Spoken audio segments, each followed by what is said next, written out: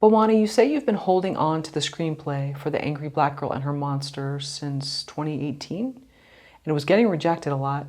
Can you take us through the full journey of the script?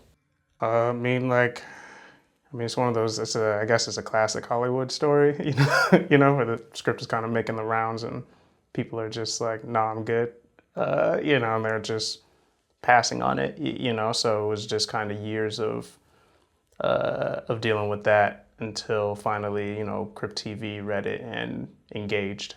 Were they giving you any notes? Who? The people that were passing on it? No. No notes. They just said it's a pass. That's all you know. Yeah, that was it. They don't really. I guess I can't blame people for that. It's like, do you have time to like give a docket? It's like if you don't even feel like the script's worth engaging on, why would you give any like notes? I guess. I'm not an executive, so I don't know. How are you getting the script out for people to read? It was mainly my manager. He was the one kind of pushing it out there. And I did get like meetings, but they were kind of like, it was one of those things where they're like, oh, because the people who liked the script, they were like, yeah, we like this script, but we want you to write something else for us because we like the script. So it was really weird. I don't know how that happens, but whatever. So they didn't necessarily want this script, but they liked your style, they liked your storytelling, and they said, please do something else. And your answer was? I think with someone I pursued it for a little while, but it kind of just fell apart. There was like two projects that kind of just fell apart. I think one of them was wrapped up in an adaptation of some comic book that like the writer of the comic book, like the rights to it went back to them and they didn't feel like engaging with them anymore, and so then my script kind of just went away because now they don't have the rights, and so it was just like there was just like stories like that. What year did Crypt TV say yes? It was 2020, I believe. Okay, so 2 years, it's floating around, Yeah. You're getting no, you're not knowing why. Interesting. Yeah. How did they let you know they had interest in the script? My manager called me and was like, yo, there's this company. He's like, can you make the movie for X amount or whatever, for micro budget or whatever? And I was like, yeah, I'm not gonna say no to that. It's like, so he was like, all right, well, they want to meet with you, have like a general conversation, so she's gonna call you at this time on this day, so be ready to take that call and we'll see where it goes. And I was like, all right. And so they called me and we had like a conversation, and then I guess I guess she liked me enough, so they set up a pitch meeting for the movie, and like, then I pitched them, and then I guess they took to that too. So here we are. So then you actually did have a meeting where you're like pulling onto the lot and okay. Yeah, well, Zoom because COVID, but okay. So I was kind of just walking them through my PowerPoint. Yeah. What went into your pitch? It was a couple things. It was just like, the vibe and the style of the story, how I want to tell it. It was also like I cut together a little sizzle reel of just like a bunch of different movies together to kind of give a vibe of just like the moment of bringing, the creature back to life, and with like music to kind of give the official tone that I'm looking for here. And what else was in that pitch? It was just in general, just like about the movie, like how I envisioned the movie, and walking them through every step of just like the story itself, to the style of acting, to the style of editing, to the style of the music, and what I'm trying to capture, and then like movie references of the people who I felt like movies that were closest to it that I wanted to capture. And were they giving you feedback, or they were just listening and then the feedback came later? Feedback as in like, we hate this or we like this? Or we want more of this. Can Yeah. we ramp this part up? Nah, they were just kind of like, they asked me like some kind of questions. I forgot exactly what they asked me, it wasn't, I mean, I don't want to say it wasn't important, but it's like in the grand scheme of things, it wasn't. They were just kind of like, they just had certain questions about things, not in a bad way, but they were just kind of inquiring more about stuff. And then, and yeah, that was kind of it. They didn't really say any criticism, I guess, because they liked the pitch, so. And then once you pitched them, how soon did you hear back that it was a go? They started engaging pretty quickly after that, because I heard from my manager and my lawyer, it's like they kind of started sending deal points, so like they started engaging pretty quickly. And so you're like, this is really happening. Yeah, it was weird because, I don't know, like people talk about the waves of like, I guess, happiness or whatever, like when you're trying to make a movie. And like at this moment, you shouldn't, like, I'm not going to say it doesn't mean shit, it does. You've gotten to another level. But technically speaking, in the grand scheme of making a movie, when someone options your script or whatever, it's just like it doesn't really, it means something, but in the grand scheme of things, it doesn't mean shit. Like, it's like it can all still fall apart pretty quickly. People get their scripts optioned all the time and it doesn't go anywhere and then like it falls apart. But for me, nothing ever felt as good as that moment. And, obviously this movie's doing a lot of crazy stuff as of right now, that's not to shit on the other moments. I still had a great time, but for whatever reason, the height of the excitement hit a really hard, like went really high for that moment. Cause I was like, yeah, man, yeah. Do you think the trajectory of your script was common? Do you think that all the ups and downs, all the no's, do you think that's just what every screenwriter goes through?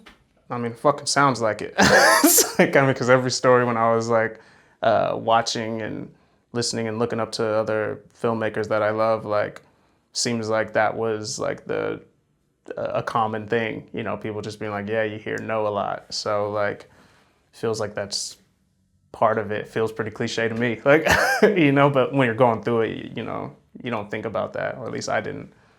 Have you always been more of a realist? With outcomes, I can't deny I do have some idealism to me with things on how I want to do stuff. I think you kind of have to, right? Like, that's what having a vision for something is. And that's not just even saying as a director. It's like even when you're writing something or whatever, it's just like what you want the story to be on the page. But, it might come out different, but you still have a vision, which means there's like idealism in that, right?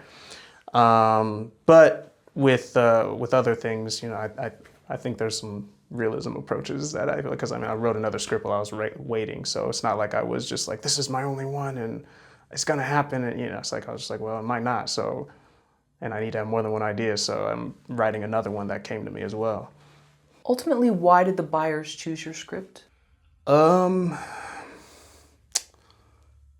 wish I knew. I can, there's only like certain data or like slight information I hear from them that makes me think that has something to do with it. I think they think it's an original idea that they believed in, and it was in the same vein of the type of stuff that Crypt was making, as well as they also tell me that they really loved my pitch, and I think they liked me, at least I hope they do, so it's like, I think a combination of those things probably is what took it through the roof, because filmmaking it's a marathon, and I think even if you like an idea and even if you like a pitch, when you're dealing with someone for, 2020 we engaged, movie finished in 2022, right? Like that's 2 years, right? It's like, and if you don't like them, like I can only imagine it'll make these other two parts, you liking the idea and the pitch or whatever, like difficult and be forgotten because you're dealing with someone that you don't like. So I hope that I was, I can only hope that, so. And when most people get a job, they never ask, why did you choose me? Yeah, yeah, exactly, so. Maybe in a relationship, yeah, not for a job. Yeah, yeah. How much script work did you have to do before the movie was made? Once they said yes, were they giving you notes, revisions? Yeah, they had their notes for the draft that came in that they were, that we were engaging with. So they had their round of notes that I did.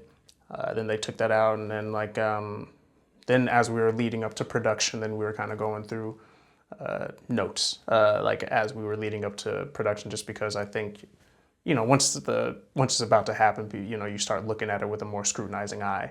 So all of us were kind of just, dialing in, giving notes on it, and, trying to make it the best possible version it can before we enter production, because once you start putting it on film or on digital or whatever, it's like, that's it. So it's like you want to go in with your strongest foot forward. Were there any revisions while you were filming? Did they say, can we change this line of dialogue? Not really. I don't think we had time or money. It's like the resources were slim. So, of course, there's when you're filming, that you adapt. Of course, there were changes because we're in a location now. We have actors now who are saying things and doing things, and you might be like, oh, this is actually working better without X, so that will happen. But as far as just being like, oh, rewrite this or whatever, none of that happened. What advice do you have for screenwriters who say that selling a screenplay is impossible? Ooh. It's not impossible. I'll say that because I'm sitting here now and I was watching y'all's videos looking for advice.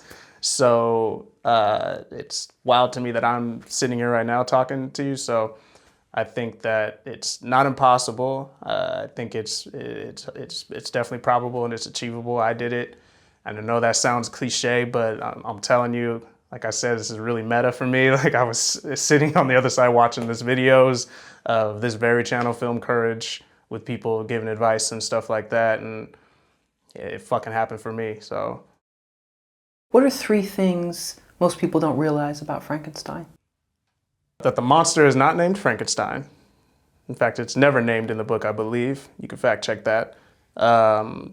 And that people put a lot of weight into the monster itself with the story, when it's really about Victor Frankenstein, thus the name, So it's like, I think that's another mistaken thing. And, a cliche one that I think you can look up is just like, it's across the board, but it's alive doesn't appear in the book at all, I believe. So, yeah, so whenever you see that, I believe that's from the, is it Wales? Is that the director of that Frankenstein? Like the Universal movie. I believe the director's last name is that.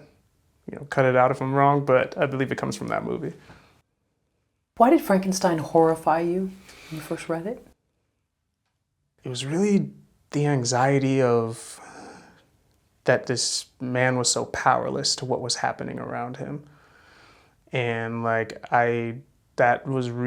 gave me a lot of anxiety while I was reading it, because so much death was happening around him due to his creation, and he was powerless because the monster was so strong, and he just had a mind of his own and was just going to do his own thing, so that was that mechanic of it really struck me as I was reading it, and just the dramatics of it and the tragedy of the aftermath of what the monster was leaving. He does some dark stuff in there. Do you think the creature is inherently evil, or it comes from its experiences with people and it's turned it that way? I think it's the outside. I think the creature's experiences with society and systems and things of that nature really alter how he moves, in this world. So, yeah. In what ways does loneliness manifest for Victor Frankenstein? In the novel and in the film? Yeah. In the novel. I think sometimes ambition, can be a very lonely journey. And I think that Victor losing his mother and family members along the way, really put a lot of pressure of his, loneliness throughout the story, and it really helped him alienate people around him. So I think it manifested in his ambitions, to a certain respect. It's like he has his, with his loneliness, he's going to find something to do with his time. Like, that's not to say you can't have hobbies, but the extreme lengths that he went through or went to achieve his goals, I think, is a manifestation of, or at least part of it comes from his loneliness. Interesting. So ambition brings loneliness. I don't want to say ambition brings loneliness. I want to say the journey with ambition can be a very lonely, it can be a lonely journey. It can be. Because people might not understand what you're trying to accomplish. It might rub people the wrong way when you're focused on something. It's like, and it can make you yourself when you're ambitious. Like, I guess the word I used, alienate people, because you might not be thinking about someone's feelings when you're doing something. You're just trying to get to that. So I think it can make a lonely journey, but I don't want to say it has to be I don't believe that. What about for the creature? The loneliness for the creature? I think loneliness definitely had an effect on the creature, at least in the novel, because I think his goal or what he wants is a partner. He falls in, he sees what love is and family. And when that's not going to be given to him and society won't, identify with him or show him any kind of love, he lashes out. I think that's a pretty human way to be, I believe. A human, what's the word I'm looking for? A human response. I think there's a lot of humanity in that. To what extent do you think Victor Frankenstein is responsible for the actions of his creation? Ooh, that's a good question. I like that. I think he bears some responsibility. About as much responsibility as a parent has over their own child. But after a certain point, your children start making their own decisions. And this is coming from someone I don't have any kids, but as someone who was a kid, there was a point where my parents couldn't tell me nothing. I was going to do what I was going to do. Even now, it's like I'm still going to do what I'm going to do despite whether they tell me something. It's like I'm going to make my own decision. And I think at a certain point, there's a cutoff of responsibility because you can't make someone do something. So I think he bears some responsibility, but after a certain point, I believe the creature's got to doing his own thing, What lessons has Frankenstein taught you about life? That it's precious. It also teaches me, when I read it, taught me about the importance of love and companionship and friendship and family, because watching Victor get all those things ripped away from him, and then he goes mad. People think he's mad when he's creating the monster, but towards the end of the book, that's when he really goes mad and leads him down the path towards his destruction, is when he loses everything around him. His best friend dies, his wife dies, his family members are dying, it's because of the acts of the monster, and that's when he loses his head. That's when he's just I'm going to chase this monster to the ends of the earth, and I will do whatever it takes to kill it, and that is what leads to his demise, because he doesn't care about anything else. He doesn't even care about his own life, in my opinion. You had me thinking of how it almost is a metaphor for, especially now with social media, it's easy to go viral. People chasing fame, whether it's in music, film, being an influencer, and just that they will try anything and go to any length really to achieve that. Sure. I think obsession mixed with, whatever that ambition is or goal, to make you tunnel vision on whatever it is that you're trying to achieve. It gets to a certain point where if you're, damaging things around you or not catering to other things in your life or whatever, I'm 100%, I think it can be very damaging. But, it's okay to have goals and to want to achieve them. And be ambitious. I think that's fine, but once you start, any extreme, too much of anything, I think can get a little bit wild. What is it about Frankenstein that you just can't let go? I love everything about that story. I love its structure. I love how it's basically 3 different stories in one, and a story within a story, because I think the story is actually told from the perspective of somebody who talked to Victor right before he died and like saw the monster, like I think that's like where the story is actually being told from, kind of. And I love the themes of it. I think the themes of it are very potent and still resonate today. I love how forward thinking it is. It's just such a beautiful novel. You know, the reason why it stood the test of time, I think, is because of those things.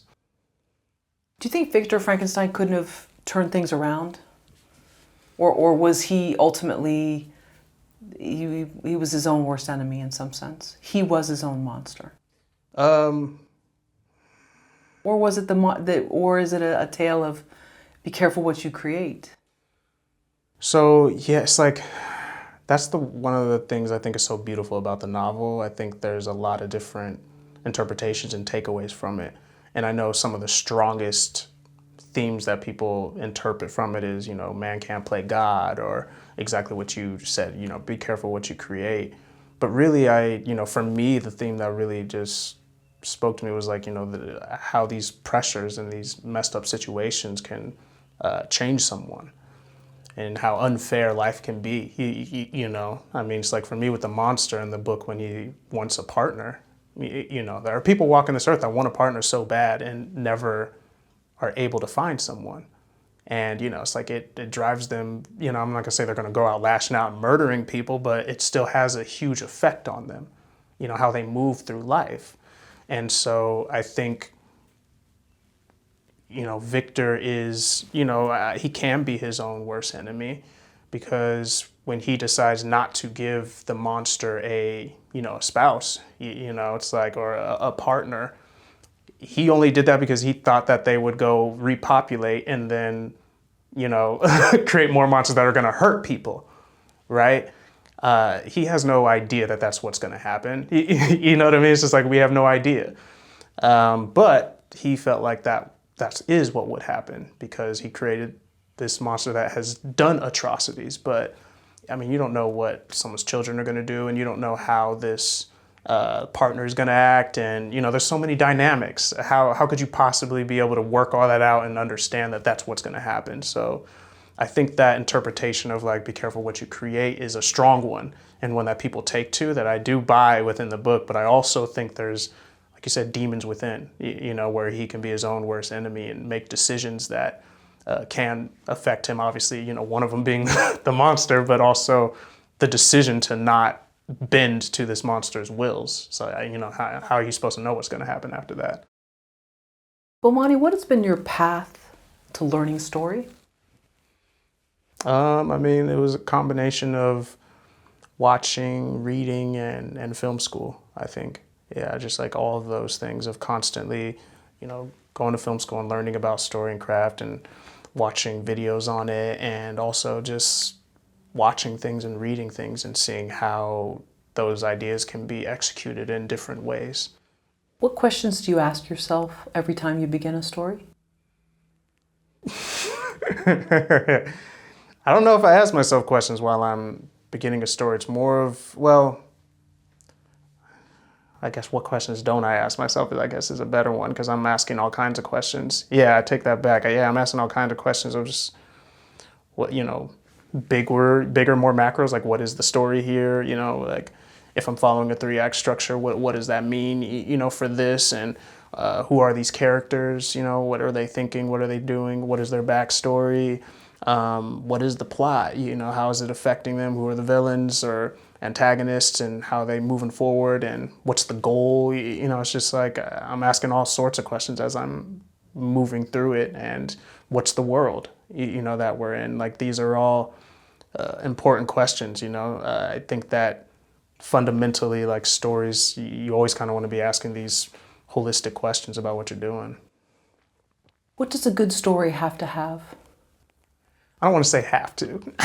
I'll say guidelines of, I think fundamentally, if you have good characters, like a, you know, a good plot line, you know, it's like, I think that you can pretty much, you know, I'm not gonna say it's gonna be the greatest thing that's ever been written, but I think if you have fundamentally strong characters and a fundamentally interesting situation or plot that's happening, I I think it can carry you pretty far, you know, as a guideline. You know, I'm sure there's movies or stories where those things are broken but are still fun, you know, because at the end of the day, I think you want to connect with an audience, right? You want to show it to someone, you want someone to feel something or whatever your goal might be. You think about something, or maybe it's both, but.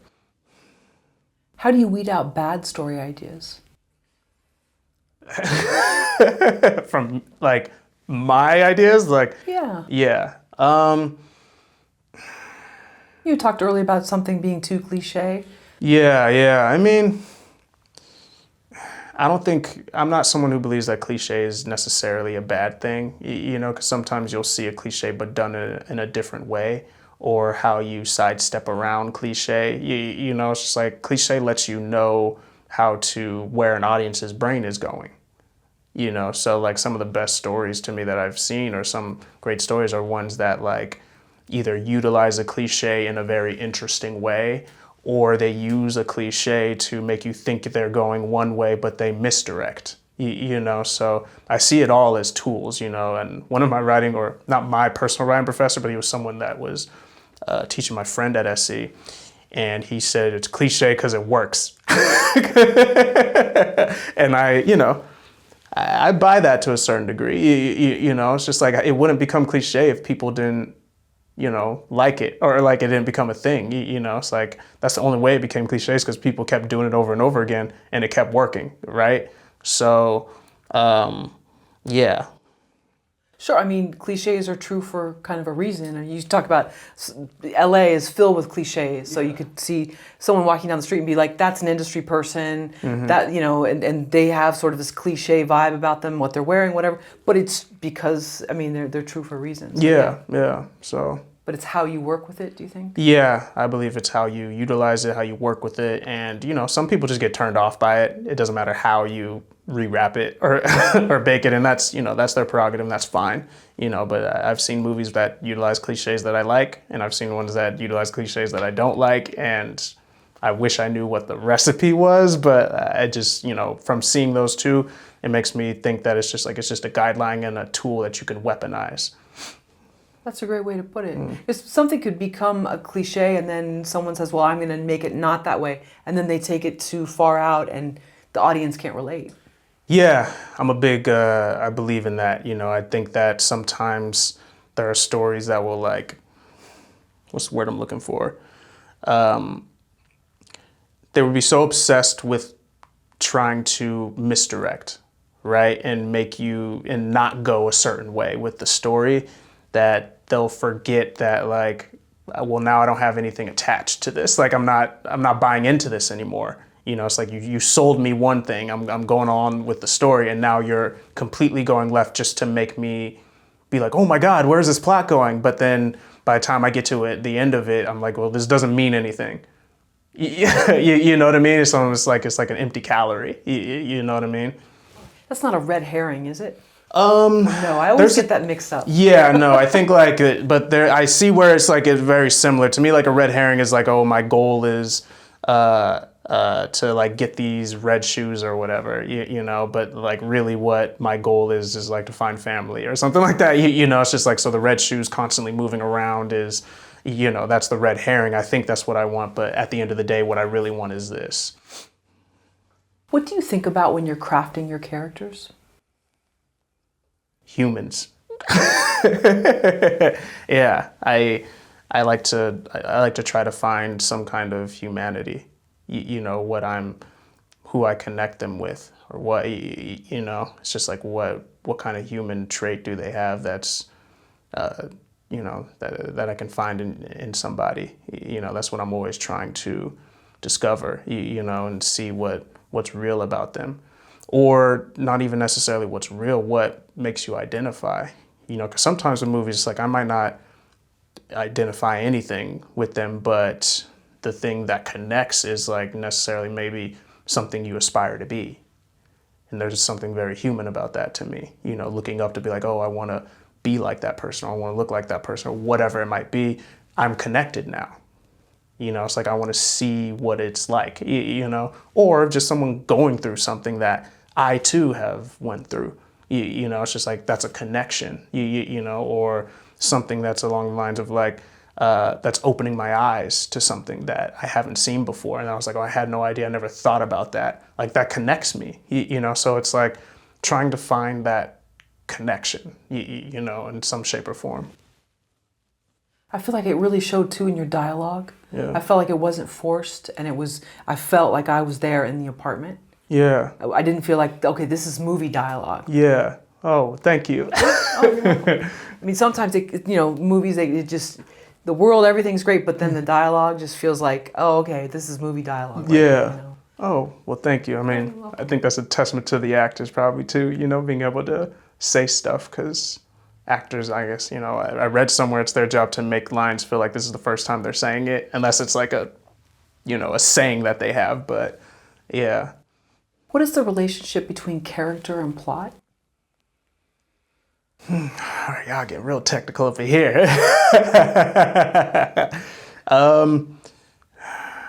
Man, I've read so many different things about this. I'm trying to think of what my laws on that are, because I don't know. I'm still kind of new to the game with this, you know, so I'm still figuring all this out, you know. So I think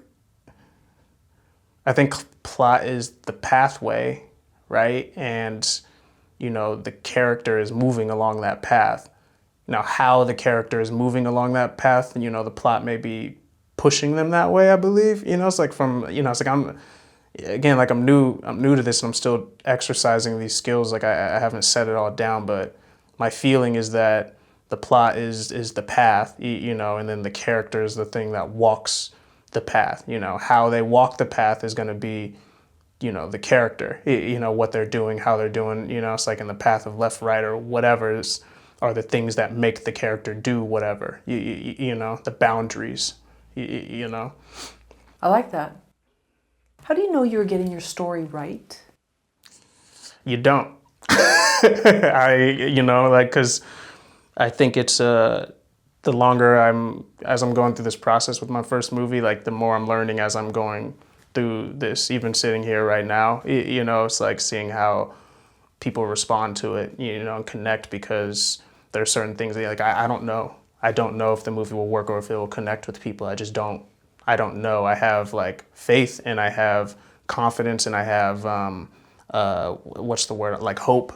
You know, that these things will connect with somebody, but you just how could you ever be able to tell? You know, it's just all I can go off of is like what is interesting to me, and what and does it give an effect to like a random person or someone around me or whatever. It's just like, it's kind of just like a slow rollout. So, but I don't think I ever will completely know if something's gonna work or whatever. Like I think it'd be pretty arrogant for me to you know, to ever assume that. Well, maybe right.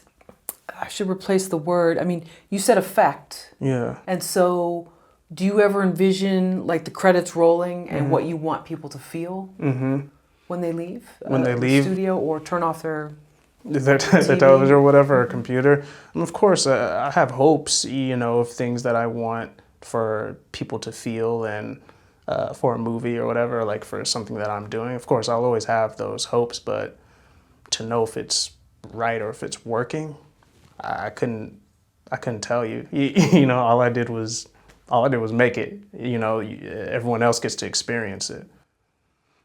What matters more, how you feel about your story or how the audience reacts to it? I think it's a mixture of both.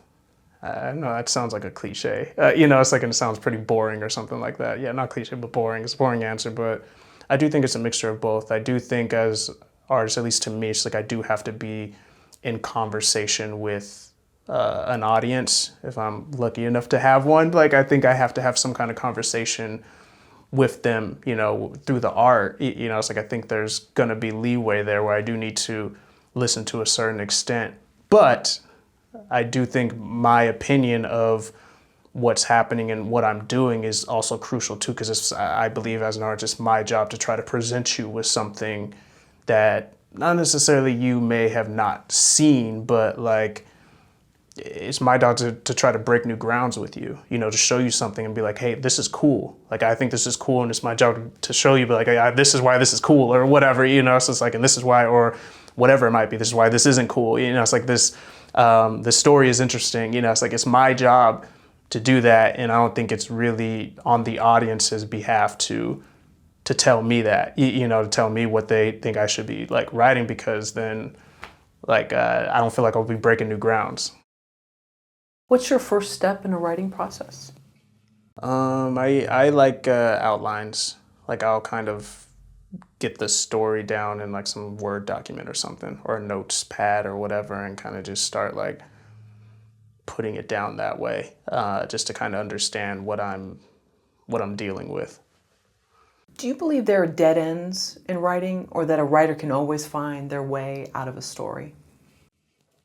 I guess the idealistic version of me will say, yeah, I feel like you can always find a way out, because you can erase what you did and then do something else, right? Like, so technically, yes, there's always a way out, but, there's also, I don't know, I'm a believer of once you set your idea of what you're going for with a story, then certain walls start going up. I believe that, a lot of people think that because you're writing, you can do anything you want. And I think that's true, but not once you start putting words down, you are now putting boundaries up, of whatever the story is. Chinatown with Jack Nicholson isn't going to end up in space. You know what I mean? It's just like, theoretically, if that was part of the story, it's just like, sure, but the story he was telling, once he started getting into it, it's like there's just certain ways it's not gonna go, so. What about writer's block? Do you believe that writer's block is real? Have you experienced it? Yeah, I've been blocked where I'm kind of just sitting there, and most of the time when I'm blocked, it's like, it's me coming to find out that like, oh, I don't need this. So like, I should get rid of this, and then like it frees me or whatever. But yeah, I do think it's a thing. Okay. Yeah, I know there's two schools of thought. Some people say, oh, there's no such thing as writer's block. And others have said, I've been suffering from it for 10 years. So haven't written anything. So yeah. Yeah. Well, with writing, like, I think a lot of people can attest to it. That like procrastination is something that's involved. I'm not saying people who have writer's block for a long time are just procrastinating, but I do think the energy of procrastination can be involved. You know what I mean? And that momentum of not doing it can build to a point where you're just not writing, right? It's like all those things mixed up can happen. But like the simple of just being like, oh, I have writer's block, I don't really know where to go here, and I'm stuck. I do think that's like, it can be a thing, but you can figure it out. Where do you do your best writing? In my home. Okay. I just sit at my desk and yeah. But if I'm rewriting, I can kind of do it anywhere. So you're not a busy cafe or busy library writer? No, I just sit at home. Very boring. I don't even have an office. I just roll out of bed and then get into the seat. Okay. Yeah. Well, yeah, everyone has their own process. Do you repeat the same writing process every day? Yeah. I looked at my heroes and some of their like systematic ways of attacking it, and I liked that, and I try to hit a certain amount of pages every day when I'm writing. Like that's what I try to achieve, because even if it's bad, I'm gonna go back and do it again, I guess. But yeah. You said like roll out of bed, but you sound very organized to me. Is organization is important to you? People have accused me of that. Being organized and stuff, yeah. So Okay. I have a system. You're trying to throw me off with this roll out of bed, and I just, I've been like, no, I'm not buying that. Okay. I have to. To me, it's like at this state, it's like I have to, because filmmaking isn't something that is paying me full time yet, so it's like I have to work other jobs. So because I have to work other jobs, my time is very limited. So I have to systematically attack it, which is like I have to write before I go to work. And then when I come home from work, then I have to finish it off. Otherwise I'm not gonna hit the deadlines that I want or finish the story that I want to do. So to me, it's like having a very strict and systematic way of attacking it is like, it's crucial, otherwise nothing's gonna get done.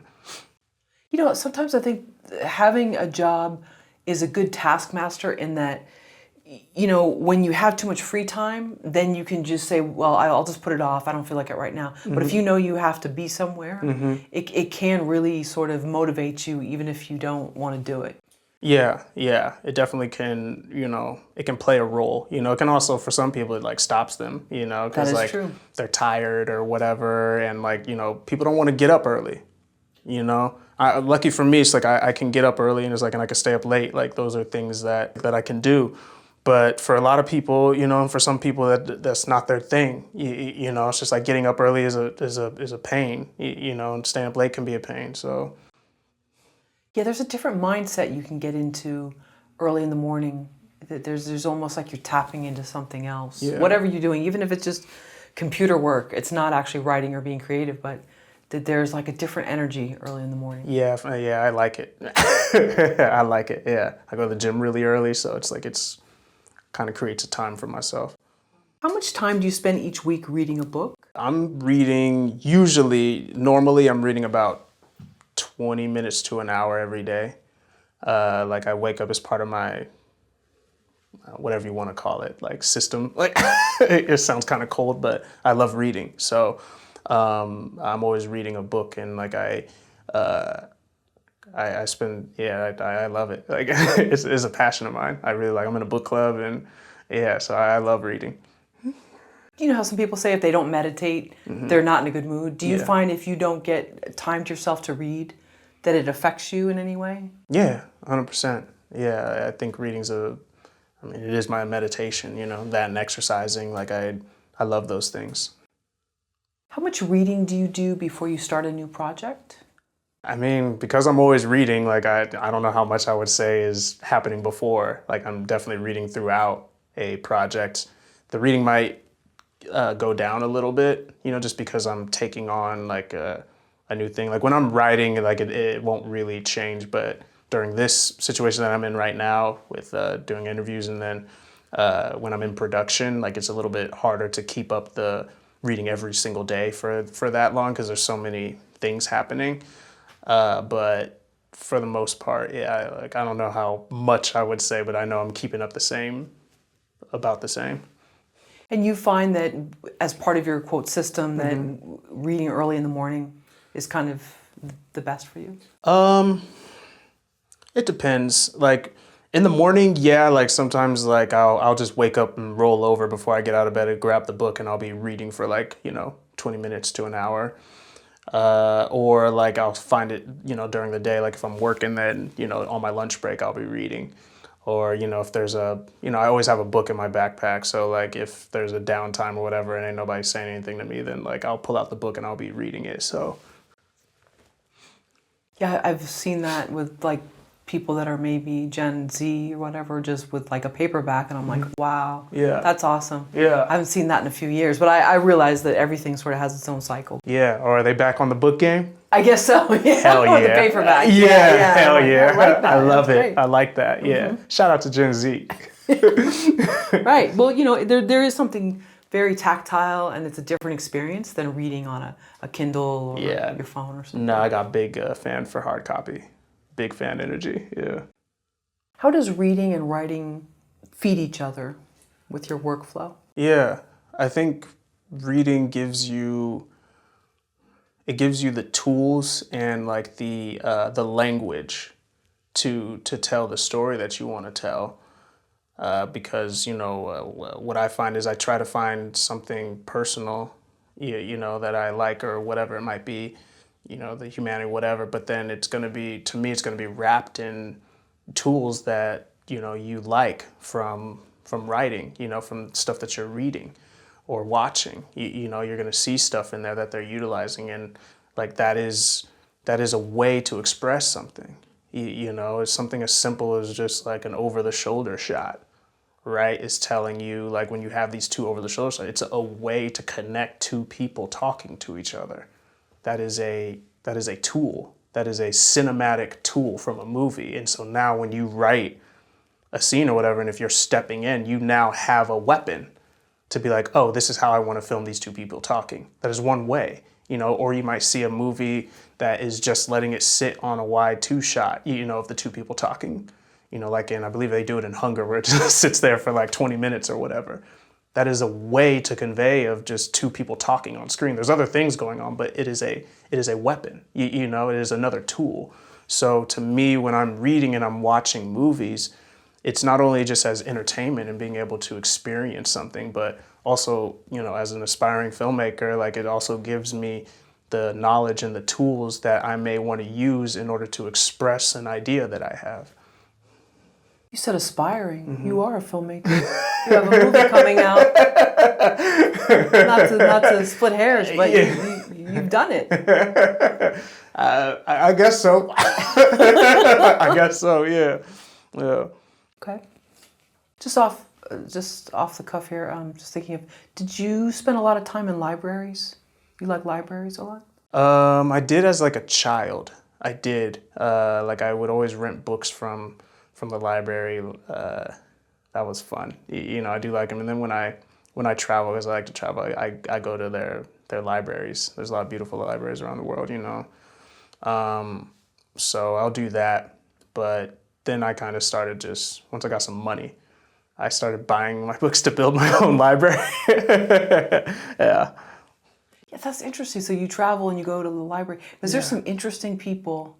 There's fascinating. There's all sort of types at a library. A library is very fascinating. Yeah, it is, you know. And it's like now which it's always interesting to me because, like, you know, with libraries, you're going to, like, possibly rent a book, right? But then it's like it's evolved into, like, not only can you rent a book, you can go there to read for research, you know, and just like there's all those kind of elements to it.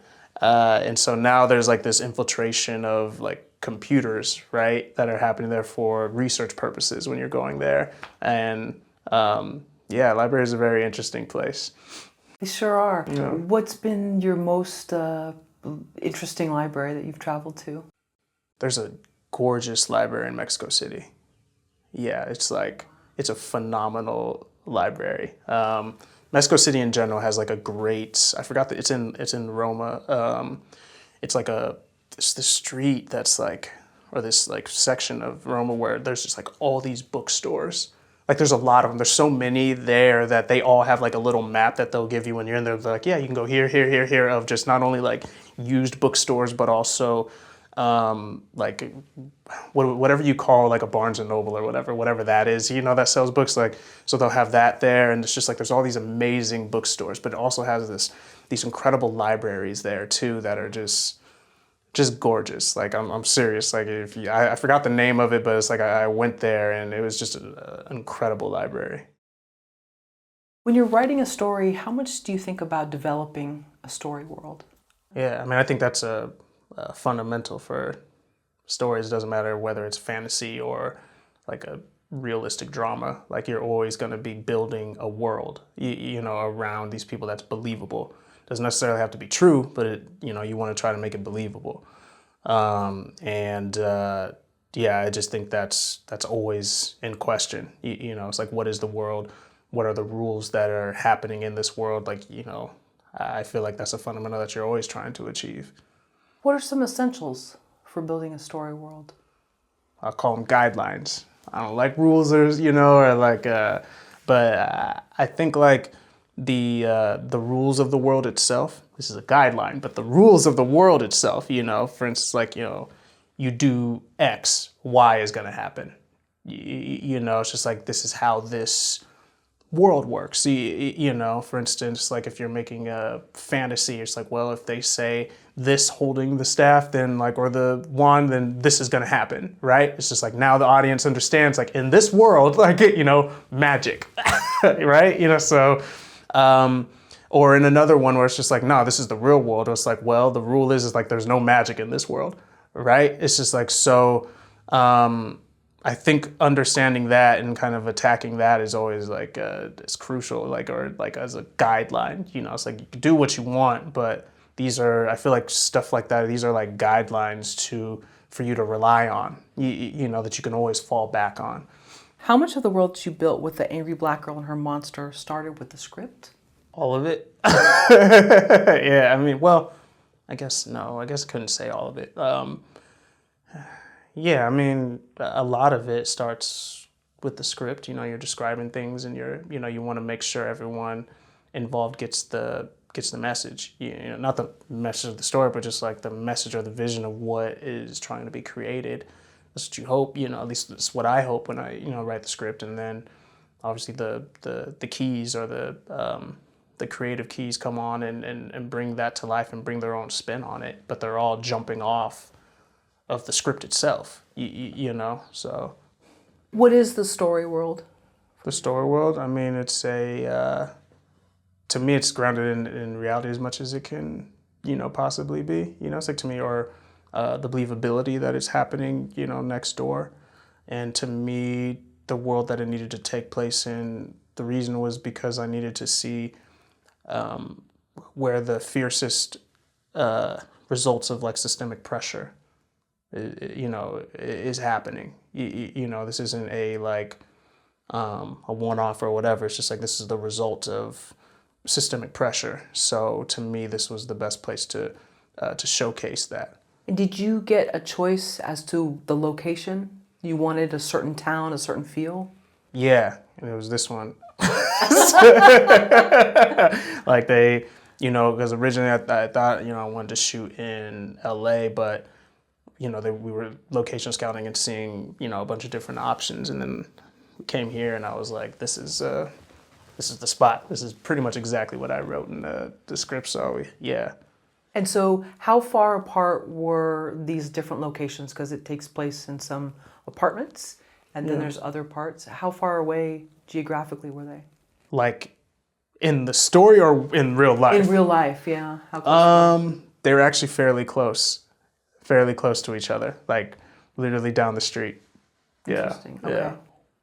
So in terms of when Fakaria goes into her, I guess you would call it studio, or her, she's like Frankenstein. Yeah. And so how much did you get a say in that world, and how much were you already envisioning writing on the page? Because that was a very vivid world. Yeah. It was beautifully created.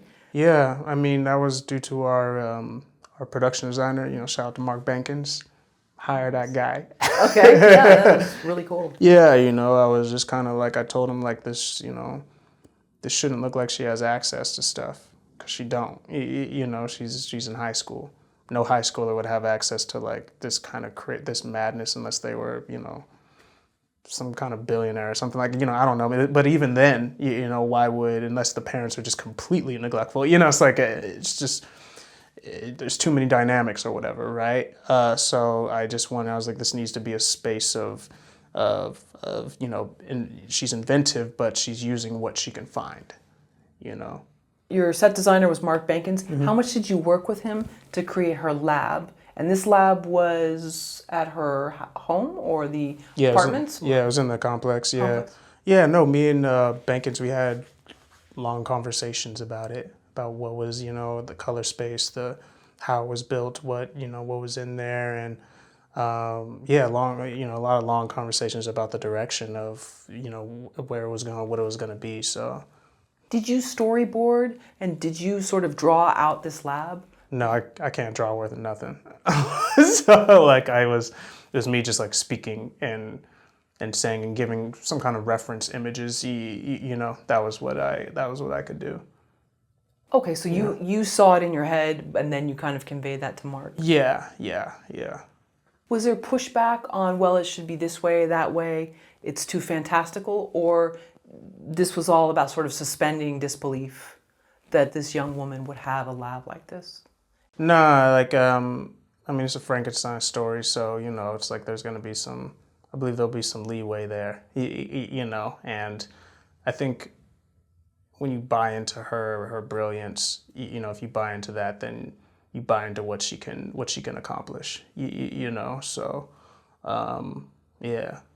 How long did it take to build the set of the lab? I can't speak for Bankins. I'm not sure. I think I don't know. It couldn't have been too long. I'm hoping it was just like, I think it was just like a couple weeks. I think, for the sets that we built, I think it was a couple weeks, but yeah.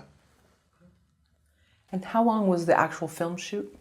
About 20 days. 20 days Yeah. in North Carolina. Was this in the summer? Yep. June last year. Okay. Yeah. But the weather was decent, or?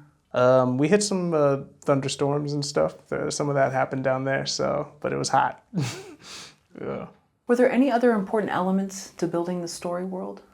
I don't think so. I mean, I think just understanding the players and understanding the world she's inhabiting and who she's interacting with and, her life. I think all those things were important, yeah. And I like what you said, how with the story world, even though there's not really any rules on how to do it, but that you're establishing these are sort of like the things in the world. So if A happens, then B is going to follow, and you keep consistent with that. Yeah, try. I think that's a fundamental guideline. It's like that. I think as artists, it's like always fall back on. That you want to, and that I want to, at least I'd like to achieve. I'm trying to achieve. I think an audience can feel robbed when stuff stops making sense. It can take you out of it, unless that's your goal. If your goal isn't to have them fall out of the movie or whatever, then I think guidelines like these can help you, How did the way you filmed the movie bring the story world to life? I mean, that was a combination of Daphne and I. Shout out to Daphne. Hire her too. DP, you know what I mean? Yeah. Yeah, excellent work. Yeah, she was phenomenal on this. She did such a good job. Great job. And I think it came down to just always dialing in on character motivations and what shots are going to give us the most impact for what we're seeing. Like I try to think about that stuff. Of course there's like trick shots that you want to do or whatever, but you also want that to be involved with the emotional like trajectory of the story as well, I think.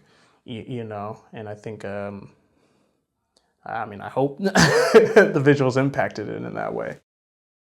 If you are writing a story, you may be interested in our new book, the sponsor of today's video. After months of working on a story, have you ever said to yourself, I don't know what my main character wants. Why are my side characters more interesting than my main character? 17 Steps is a workbook-style tool with specific questions to help you dive deep into your main character and story. We've linked up to 17 steps below. Now, back to the video. Why did Crypt TV hire a first-time director to direct is this their first domestic feature film? Yeah, I believe it is. Yeah. So we could be on the journey together. Okay. Two firsts? Yeah, okay. yeah. I don't know. You'd have to ask them, but that's my answer, and I'm sticking to it. Good answer. Okay. How hard is it for a first-time director to get that job? Hard. Everyone's gonna be asking you stuff. They're gonna want to see. They're gonna be worried about experience. They're gonna be worried about a bunch of different things. So it's not an easy feat. How did you build trust that you could handle this project? Just through dialogue and talking to them, and through my pitch and through some of my sample work that I sent them and those things. Because nothing's guaranteed, and I try to always approach everything where no one has to make the movie with you or any movie with you. They don't have to. So I think understanding that and approaching it that way, and talking to people and being transparent and things of that nature with what you want to accomplish, I think helps. At least in my one-time experience, I hope that's that helped. Would you have said no to selling the screenplay if they said no to the directing? No, I wouldn't have given the screenplay if that wouldn't happen. So it was you were the package. Yeah, that's the deal. Yeah, so. Yeah. And was that easy for them to say yes to because they knew your heart and soul was in the movie, or was there pushback at any point? I mean, again, I don't know what the hell was going on behind the scenes with them with that, you know, so I can't really speak for them when it comes to that. I just know that it was a package deal for me, you know, so it was up to them to decide whether, you know, they wanted to be involved with me for the journey, you know, and luckily they did. How long had you been at it trying to get yourself as a director for a feature film, even if it wasn't a screenplay that you wrote? I mean, really since I graduated college, like I was writing and doing some short films on the side and constantly being involved in trying to learn as much as I can about filmmaking. And so yeah, I had been on the grind since college, so it had been at least a decade. What was a deal breaker for you, aside from if you weren't able to direct? Was there anything else that you wanted to make sure was in the film or as part of the project that was a deal breaker if they said no? I mean, mainly it was just, yeah, the directing thing, you know. That probably was, you know, the biggest thing, or one of the things. I can't really think of anything else that that could be challenging for someone to accept, because, you know, I'm a first-time director, so it can be kind of hard to accept that, you know. So, but yeah, that was probably the biggest thing. Why was it so important for you to direct the movie? There was a way I wanted to tell this story, you know, and it's mine. I didn't want to let that go because, I don't know, I don't trust someone else with this script. Like, I don't know what they're going to do, and they might, you know, I don't know what the word is, but sanitize it, like, you know, and try to be, and are scared of certain things that I'm not afraid of, you know, stuff that I can stand on and that I can, you know, I'll take the criticism with it, you know, it's like, I'll take that. And there are other people who are afraid of that, you know, and I don't know what it might be in the script, you know, but, you know, maybe the title itself, like, people might just be scared of that, or scared of some of the subject matter, or whatever it might be. And I think you have to have, or at least for me, like, the stomach for that. And I didn't want to risk someone else kind of just making this story be bad. Like, you know, now granted, you know, I don't know how people are going to receive it. I hope they enjoy it, but yeah. And the title, did you come up with the title, or did they tweak it? You wanted The Angry Black Girl and Her Monster. Yeah, that was me.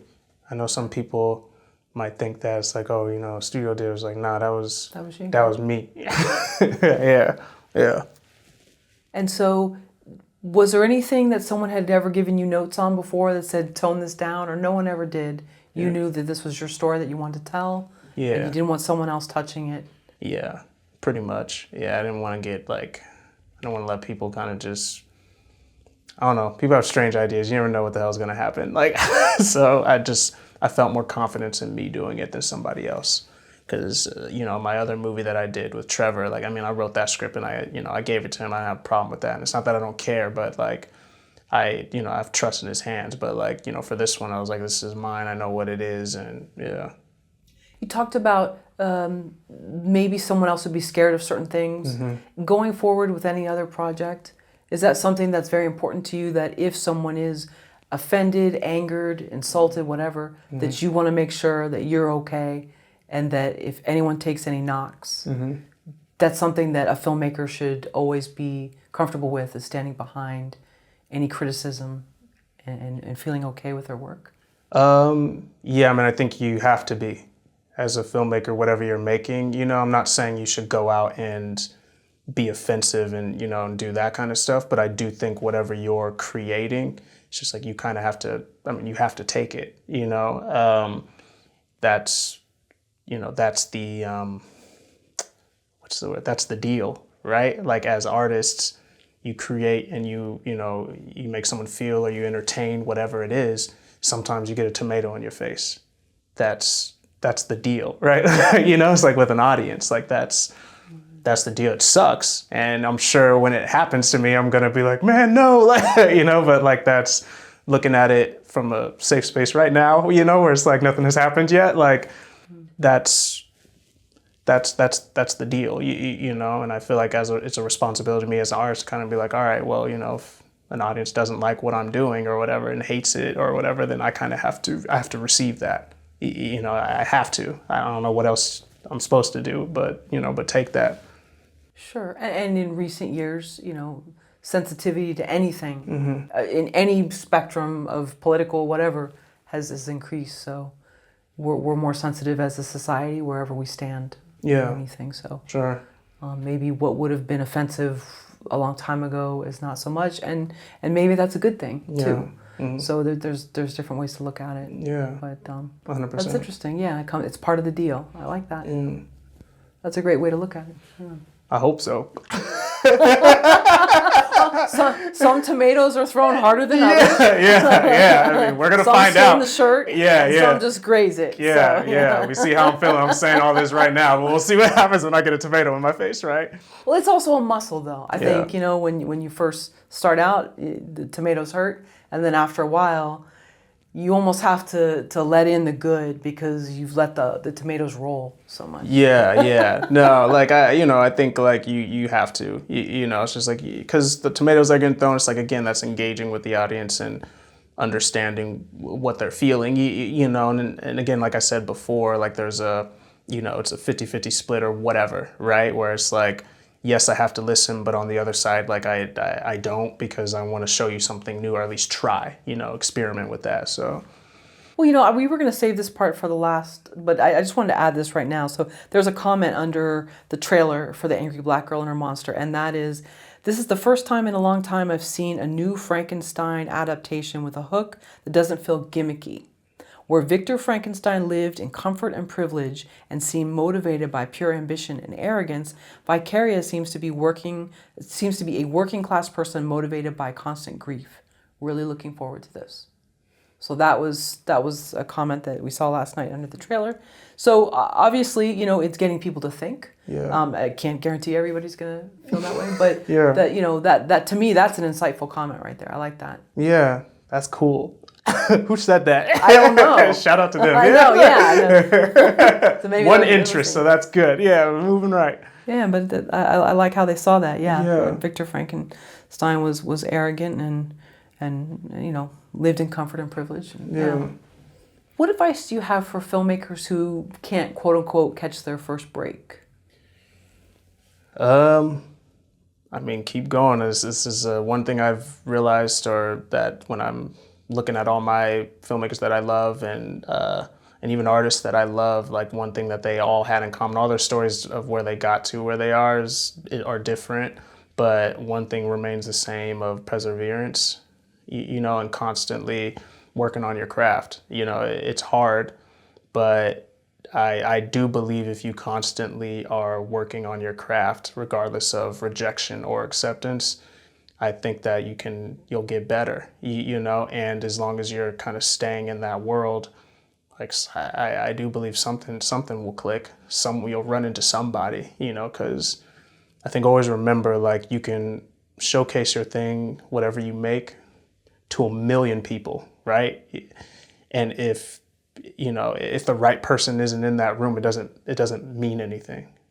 If you're trying to get to the next level to get something made or whatever, right? Say you show a short or whatever, you know, you made something, you know, you could screen it in front of 1 million people, but if none of them have the ability to, you know, greenlight, you know, the feature version of that, whatever it might be to get you to the next level, then it doesn't matter. But if you have a theater with just one person who connects it, who has the power to, you know, get you to the next stage or whatever, you know, then that can be a game changer. You know, so to me, I think it's just like perseverance and constantly showing your work, trying to get it out there, and hanging around with the like-minded folks, like, I think can get you to the right space. And you also talked about some people found your trailer and they were on TikTok. Yeah. And different people with TikTok accounts shared it, commented on it, and it grew. Yeah, that was wild. It kind of just happened. You know, I just woke up one morning and my actor, Keith, his wife is on TikTok, and he was like, yo, you know the trailer's going viral on TikTok. And I was just like, I ain't on TikTok. So like what? And he sent me the link, and it was this girl that was really excited about the movie. Like she was just very excited about it and put it on her TikTok page, and it just blew up. Like it got like 1.7 million hits or whatever. And then there was another girl who just was very excited about the movie. She's like, she just did a reaction of just like, yeah, I woke up to this, it's this black creature feature, man. Like everyone look. And then, it got like 200,000 hits or something like that. Yeah, there was just like, the response to that was awesome, Bomani, you've modernized Frankenstein, okay? And now you've modernized this idea of Lord of the Rings. Yeah. Is that correct? Yeah. Juice meets Lord of the Rings. That's what I like to call it as. That's the best way I could think about it. How much of that is your love for these stories, and how much of that is being smart about the business side of creation? Man, I wish I could say I was smart with the business but I'm not. Like I'm too new to the game to kind of understand what the hell's going on. Like, with everybody that's moving in this business, But so really, this is just things that I love. Like I love Mary Shelley's Frankenstein. Like I love that book. I love that story. It moved me, And the same way Tolkien like moved me with the Lord of the Rings and The Hobbit. Like I loved those books. I loved those movies. And I even loved the animated movie of The Hobbit that they did. Smeagol scared me in that. And I loved Juice as a kid, watching that movie. So, I love both of those things. So they just kind of collided in my head. And so I just wrote the script or whatever and shot a promo for it. But I just love them.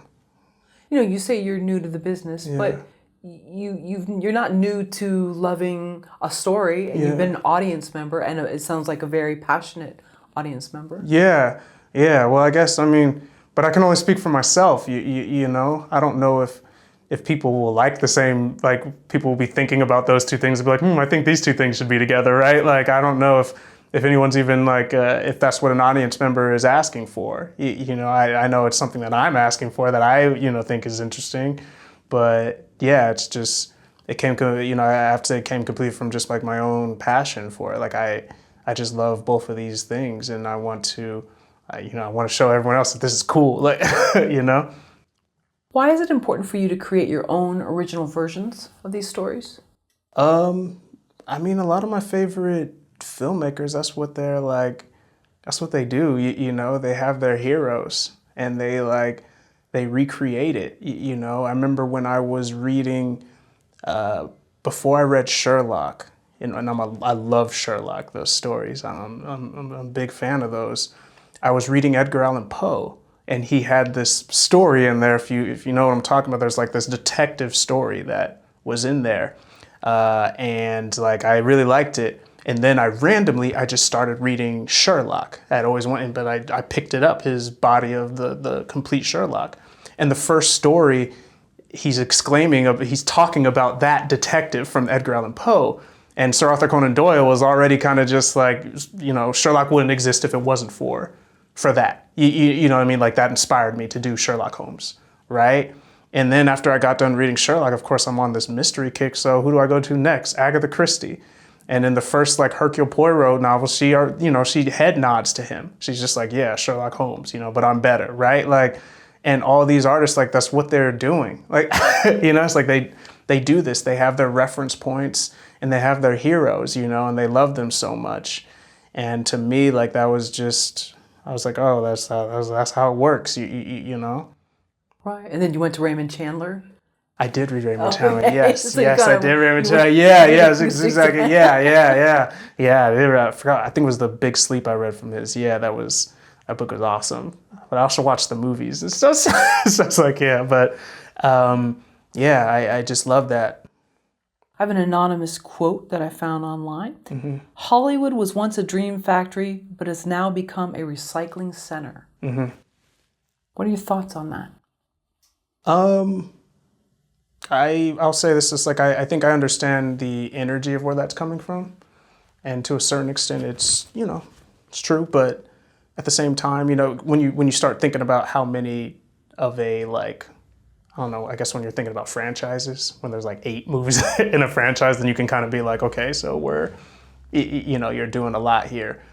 So maybe I feel like that's where that energy is coming from, you know, where you might feel that way. But I also think that it's a misunderstanding of what you're notching and a lack of knowledge of where it's coming from. You know, it's just like, I think I just told you about my story with Sherlock. You know, it's just like all these artists are, you know, they're looking at people now, whether they reference it and tell you or not is a whole other thing, you know, because there are artists who are constantly telling you, like, this is the, you know, person, and there are some people who just don't talk about it at all, you know, and so I think reference points are always a thing as an artist. I don't think you can get away from that. Does it anger you to see so much content recycled, so many story ideas recycled?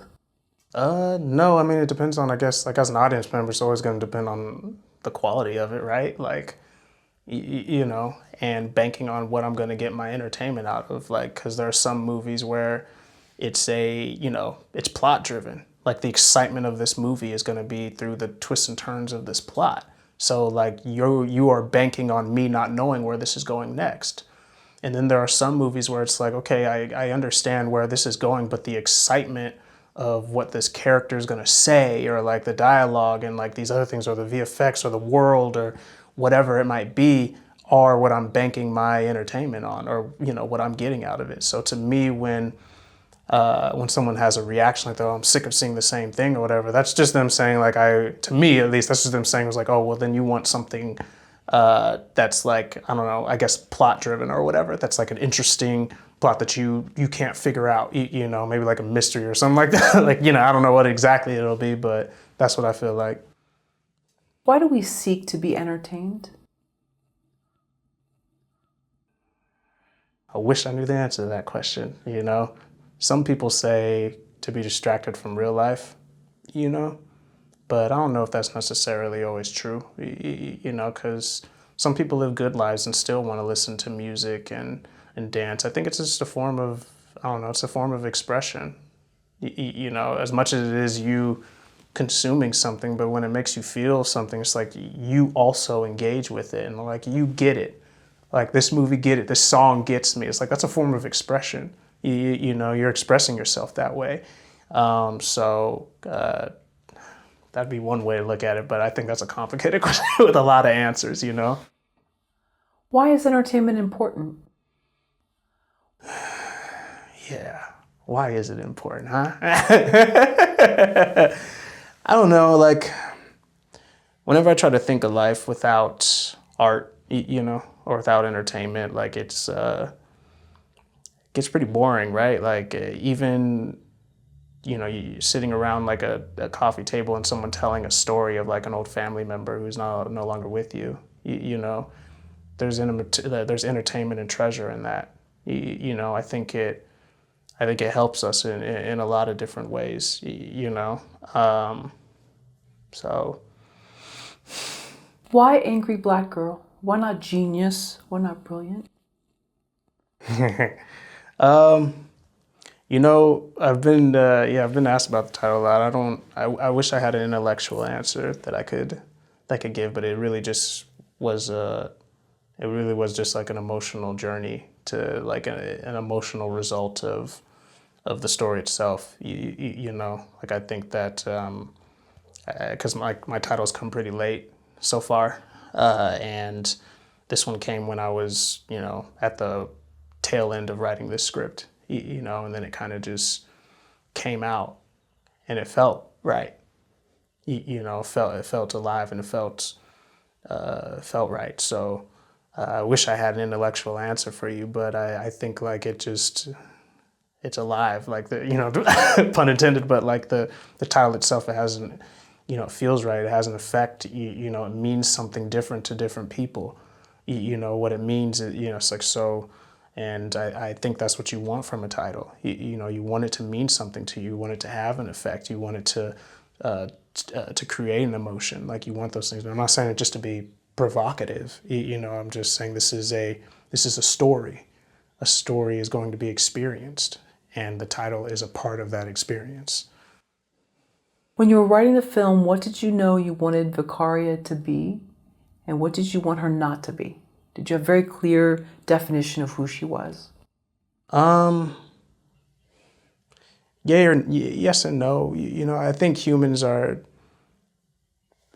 we're very simple creatures, but we're also very complicated at the same time. And to try to bind us all into one thing, someone into one thing, I think is a mistake. I think people are a lot of different things, given wherever environment or what they're reacting to, So, the only staple for me was that she was a smart girl. That she definitely had wits, but she can be not smart sometimes. She can make decisions that aren't necessarily the smartest thing to do.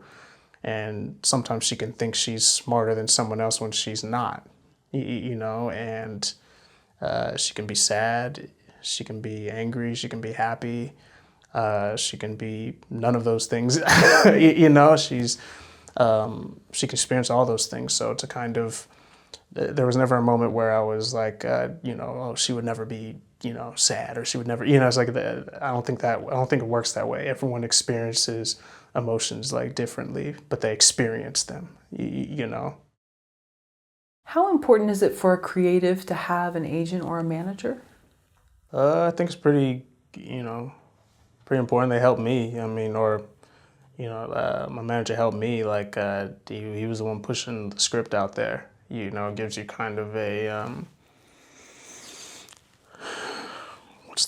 don't know what the word is for it, but I don't want to say official, like making it official, but like there's people that I don't know, and like in order to get into the door with these people, like, a manager or an agent is a good, way to kind of bridge that gap, because, as someone who came in with like, I didn't know anybody.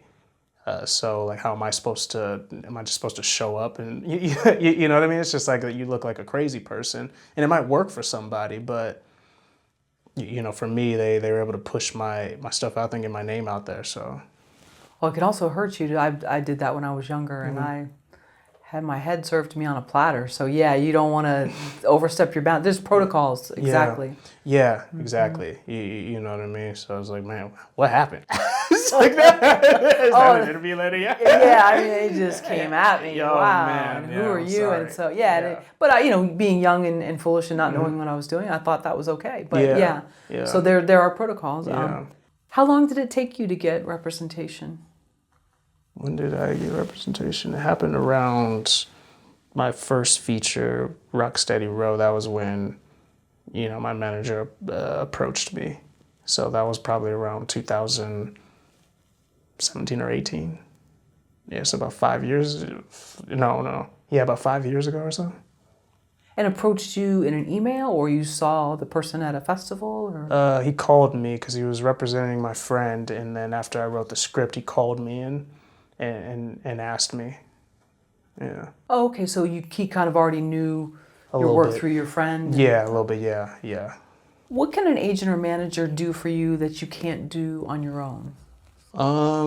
Yeah, again, like, knocking on doors and getting the script out there. It's like you're a team. It's just like there's only so much I can do on my own. I'm not saying I can't send the script to people, but it's like, how far is the reach, that I have. And so them as a team member to help you do that, and also, they give you feedback on what the hell is going on in the industry, on how to, like, not necessarily how to write your script, but to tell you, necessarily maybe there's places where you can take it. There are some places that don't make horror movies, okay? So, like, the second they hear horror, it's just like, well, we're not the place for that. And even if they maybe are interested, it's like, so you never know. It's just like, so a manager helps, representation helps to kind of get that in the right places and the further reach, because, you're only one person. So, how far can you get? And even if you have the biggest name in the world, right? It's like, and everybody, you know, even at the smallest, not to minimize their job to this, because they do a lot of other stuff. But, you know, it's like, well, you're going to sit in your room just like passing it around all over the place. Like, you know, it's a lot of time, you know? So, but outside of that, you know, they help with that. They help with the reach. They help, you know, shape your career. That, you know, they connect, and like, pretty important to me. Yeah. I'm wondering if we can go back to how you met your manager. So it was through a collaborator, and then they got your number? Yeah, so I wrote a short film for my friend, and then the short film went online, and it did pretty well, and that got him contacted by, you know, a manager. The manager saw it and had a meeting with him, and then wanted to represent him. And then I continued working with him. So by proxy, I'm going to be, you know, around this, you know, the manager for a little bit, or my manager. So I was like, I was around, he was seeing me work with him, and then he finally read the feature that I wrote for my friend, and he was like, he liked what I did, so he approached me on it. And so then you met in person eventually, or? Okay. Yeah. Was it just one meeting in person and you signed with him, or you hadn't even met with him in person, you'd already signed? It was a couple meetings. I mean, when he approached me, be like, oh, I'd like to represent you, then yeah, that one was just one meeting. But I had met with him a couple different times, because during the process of me writing the script, he was giving notes and things of that nature to me on the script or whatever. And like, we were kind of in conversation regardless. So because of that, we had already had a few meetings. We had already engaged a little bit off the books or whatever. So he already kind of knew me by that time, you know, by the time he approached me to actually represent me. Do you pitch new ideas to your manager before you write them? Yes. Yeah. Now, yeah, that's pretty much part of the process. Like, I'll tell him what I'm thinking about, you know, these, you know, because I have a little book of ideas, you know, and I'll be like, hey, these ones are kind of speaking to me right now, and you know, we'll talk about it to see which one we feel like has the best shot, and which one I feel the strongest about, you know, which I think trumps like which has the best shot most of the time, just because I'm gonna ride it out, you know, because I love it so much. So yeah. And so when you run it by him, does he look at it for marketability and for sort of what he thinks some of these networks would want, or also he gauges how interested you are? I think it's a combination of all those things. You know, I think he's thinking about all those things I think it's part of the gig, you know, because he's the one that knows these people who he's going to push it to. So he's going to have his ideas on why, you know, what he thinks is going to be a sell or whatnot, you know, or at least get you in the door, you know. Do you like gatekeepers, or do they drive you crazy? Oh, what, like people who say yes or no? Basically, right? Yeah, I guess that's the definition of a gatekeeper. Yeah. I mean, I guess you have to always have a complicated relationship with them, right? Because they tell you no and they also tell you yes, right? So, yeah. So, I mean, yes and no, right? No, I don't like, I mean, why would I like no? Like, you know, it's like I wouldn't like that part of a gatekeeper. Of course not when you tell me no, because I want to push the idea through. But, you know, when you say yes, then of course I'm going to like you. Like, you know, I guess I have to be ambivalent about them, right? Well, we all are gatekeepers in a sense, because to our own whatever it is. So you're a gatekeeper, and I'm a gatekeeper, and Dave's a gatekeeper. But then we also have to deal with other gatekeepers. So it's kind of like we all become it, depending on what it is. Yeah, I mean, it's a tough job to like officially be like it, you know, the person who's doing that. It's a tough racket. So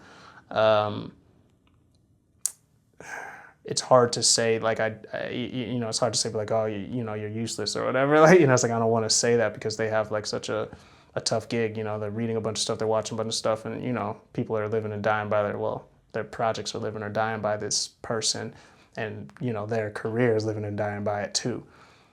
So I don't know. Like, it's It's an interesting question, and it's like I guess I have mixed emotions on it because human beings are so complex.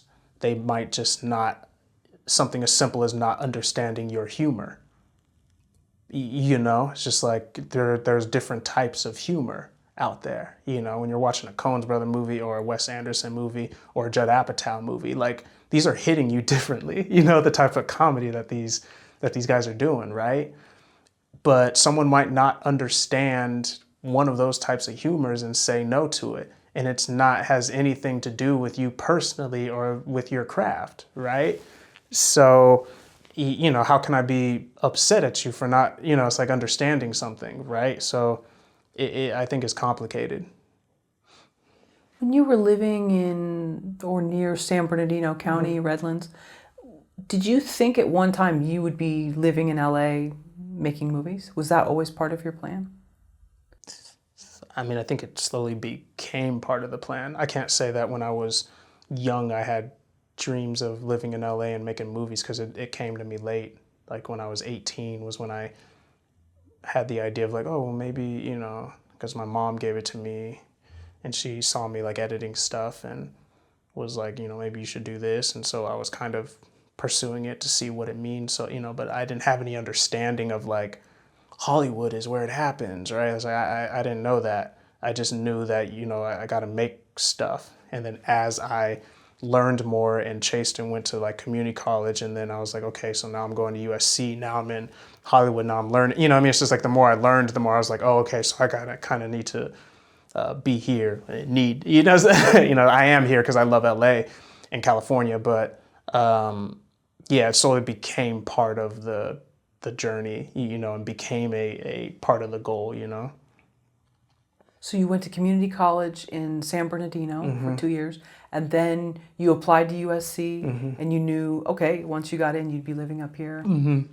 Interesting. Yeah. Wow. And yeah. so you did 2 years. You got your GE requirements. Yeah. Interesting. Yeah. That's great. And how different was it? Was it the same really to go to a community college versus USC? I mean, community colleges can be great. A lot of times it's very similar teachers. Yeah. No, it was definitely different.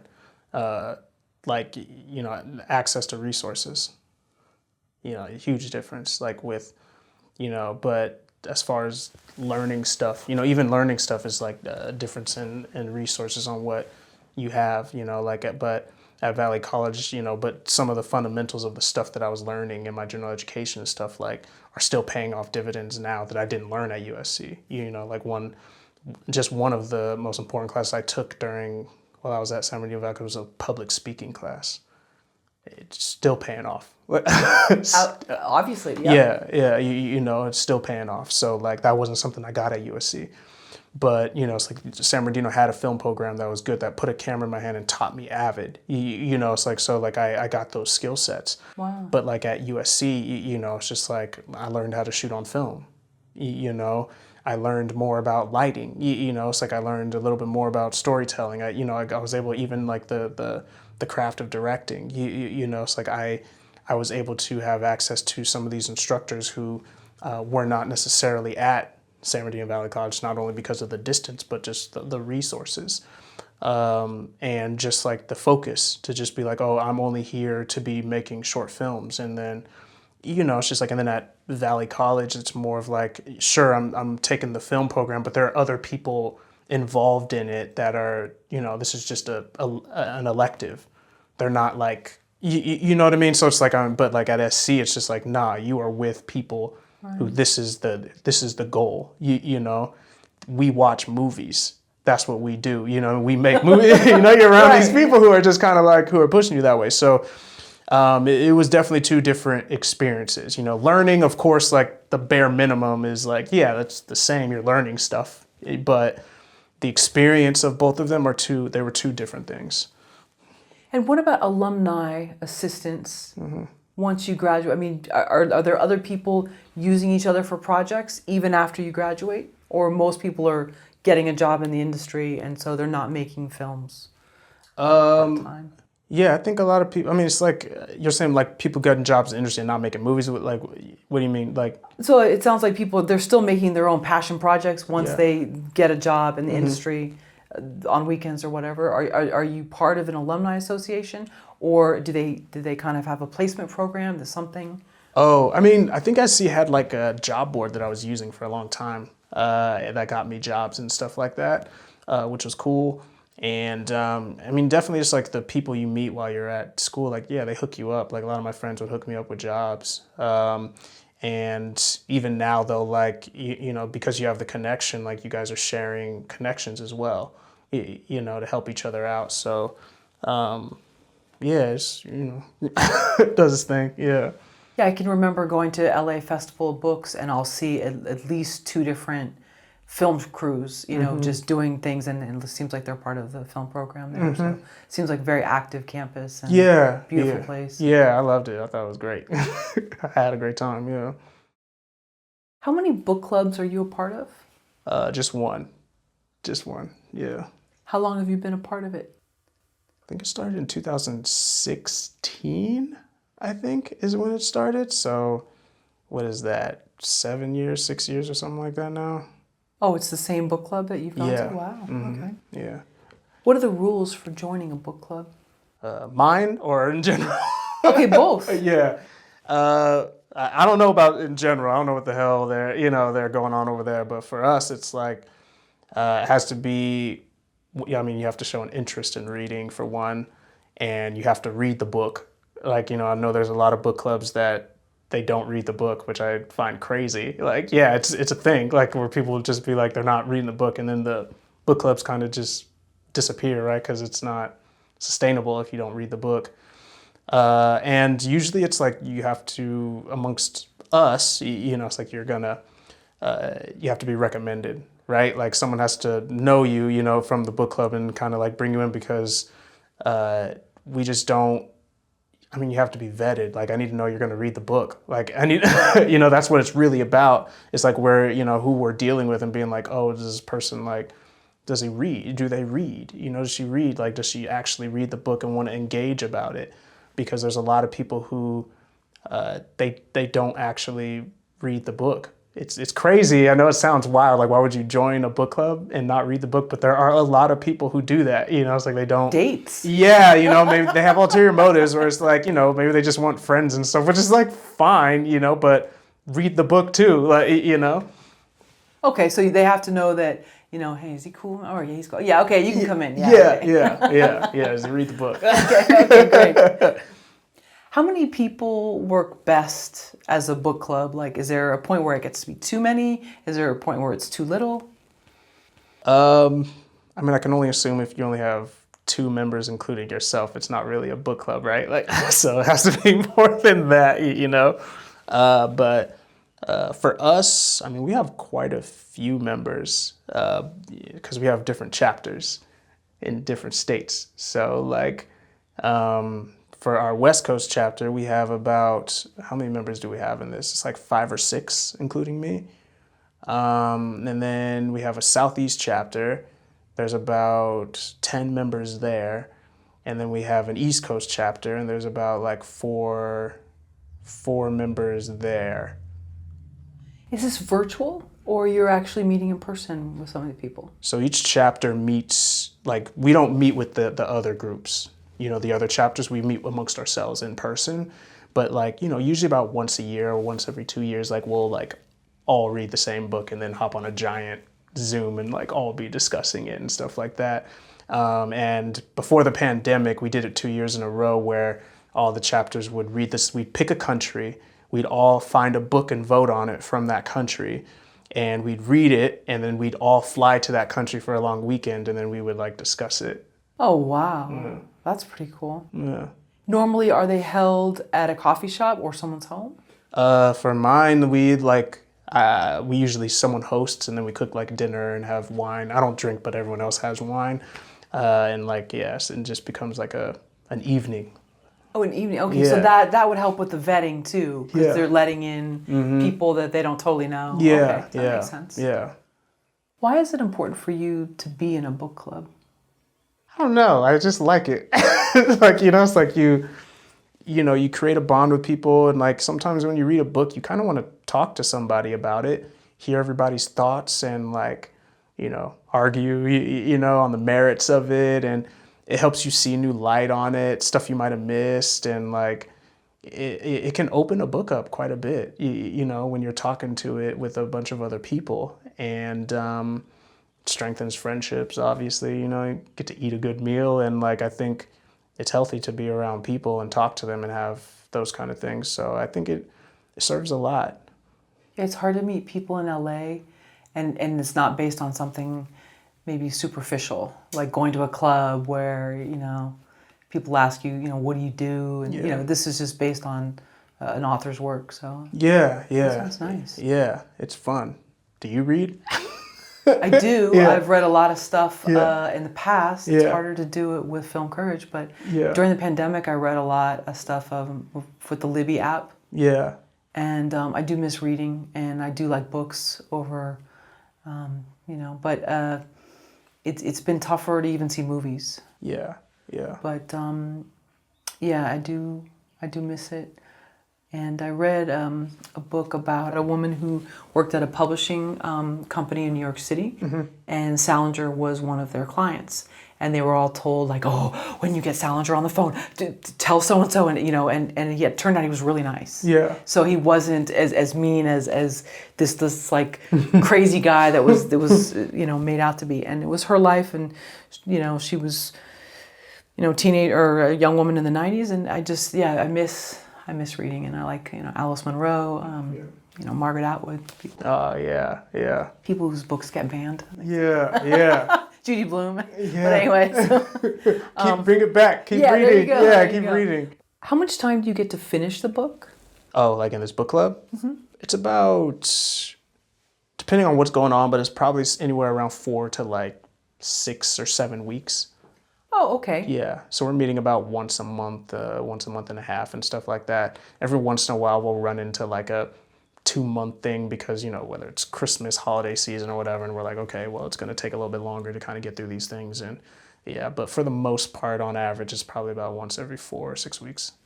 And do you all bring a copy of the book with you to the club, or no? Depends on how cool the book is. It's like if you're like me, I pride myself in the hardcovers that I buy, so I'll bring it and I'll show it off, and then one of the members will be like, well, I got a better one, and like, and slide it, it's like I see it in there, so we'll do that. What book should be required reading in a book club? Ooh, I don't know if there should be required reading. I think there should be required like discussion, because that's what the point of or one of the points of like a book club is, it's like is the discussion and the camaraderie amongst the members, and a safe space for you guys to kind of voice your criticisms and your feelings and on the book and then the literature, but I don't think there should be a like, oh, every book club needs to read this. I think it's a matter of the interest of the members, what they're interested in reading, Can you take us through sort of a virtual experience of what it would be like to be at this book club? Like if someone's hosting it, are you showing up with your own potluck? You're bringing like, the side dish and a book? Yeah. So, I'll just take you through like an evening when I'm hosting, and what I do is like, I'll cook a whole meal, so for this one, like for instance, I did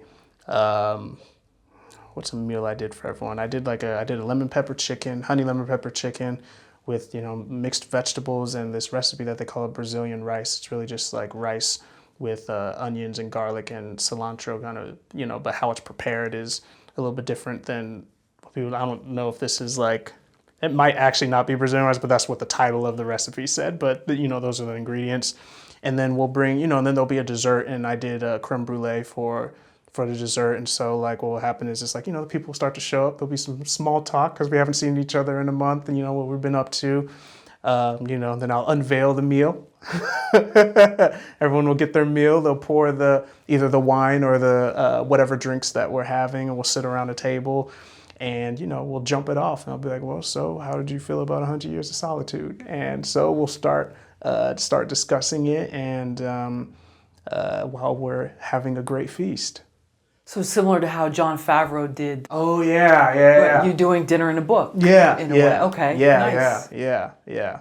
Right. Yeah. That Nice. sounds fun. Yeah, Saturday or Sunday evening most of the time. So.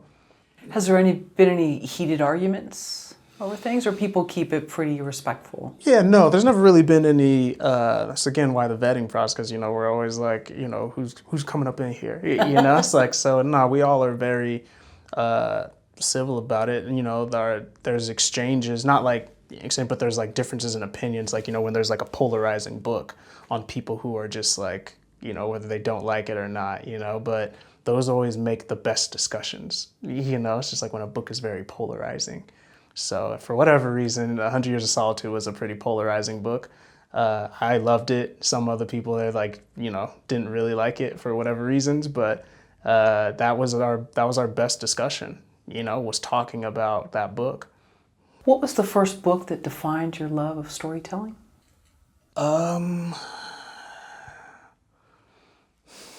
Okay, so I don't know. The first book that I picked up, I don't know. I can't say that there was a book that made me kind of be that. I just kind of started picking up reading. I remember there's a book called Wizard's First Rule that I picked up in when I was really young, and I really liked it. So I was just kind of reading that series, which brought me to Harry Potter, and then I read some of that series, and then I forgot there's a series of unfortunate events.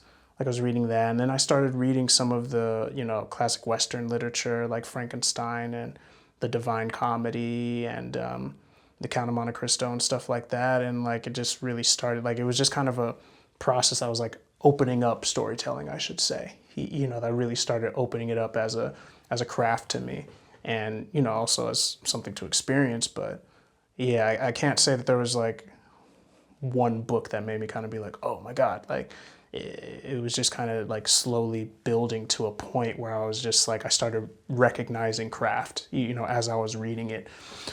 I can definitely say when I read Elmer Leonard, I read all his books, and that kind of opened up craft a little bit to me, because he has a certain swagger, with his writing and his dialogue and stuff like that. And so because of that, it showed me something, and even how he describes a character or how he doesn't describe a character, that, opened up to me, because when you just read someone's all their work, you're going to start picking up on their style, What tips do you have for others if they'd like to find a book club? Yeah, I think you want, I don't want to say like-minded, but you do want like-minded people who in the sense of they all like to read. You don't really want to be involved in a book club with people who don't actually like to read, because they're not going to read, And then people to create a space where you feel comfortable talking about the book, so you can express your thoughts and engage with someone, because that's another muscle to exercise is, expressing your thoughts on something that you read, and what you liked and what you disliked and what you were ambivalent about. It's just and then being comfortable to do that. These are all different things, that you need to be able to do. So I would say just having a space where the people involved are allowing for that. You don't want someone who's just going to be I don't care about your opinion. It's just you want a space that's a very welcoming space for that kind of stuff. And are these mostly fiction books, or are there memoir? Yeah, I think memoirs, so we're mostly fiction narrative, is what the backbone is, but we're willing to do memoir, or historical fiction. Those can be a part of it, but it's working off the backbone of it's fictitious narrative, fiction, What about political books? Is that something that in the past few years maybe have become less popular? Mm-hmm. Or is that not off the table? Nothing's off the table.